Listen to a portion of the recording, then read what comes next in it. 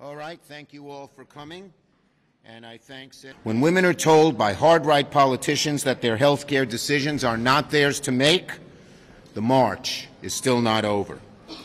On this 105th anniversary of the passage of the 19th Amendment, we must confront the ugly truth that women sadly have fewer freedoms than they did just a few years ago. Senator Menendez's independent bid to run for a Senate seat in New Jersey. As MAGA Republicans continue to block protections for access to contraceptives at the state level, there are several states where the legislature is in the process of doing that right now. It is vital we protect contraception at the federal level, prevent the states from doing this.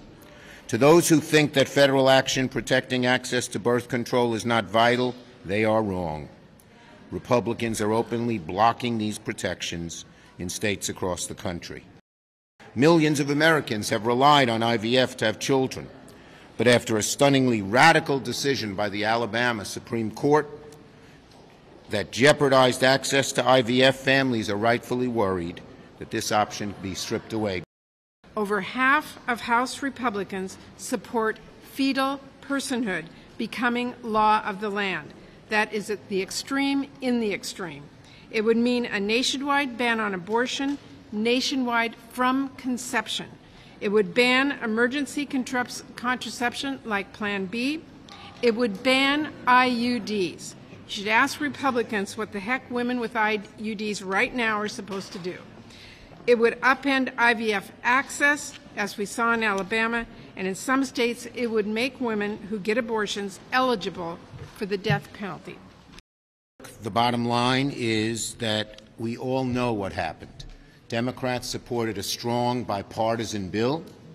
Republicans initially said this is a very strong, good bill, and then they turned around 180 degrees when Donald Trump was very explicit. He wanted the bill to fail to create chaos at the borders. Our preference is to have the Republicans join with us and support a strong bipartisan piece of legislation. Yes, the Republicans turned down bipartisan border legislation that they had already agreed to. They ought to change their minds and support our bill. If not, President Biden has moved forward because he prefers legislation, we prefer legislation. The Republicans are blocking it, and so Biden is moving forward.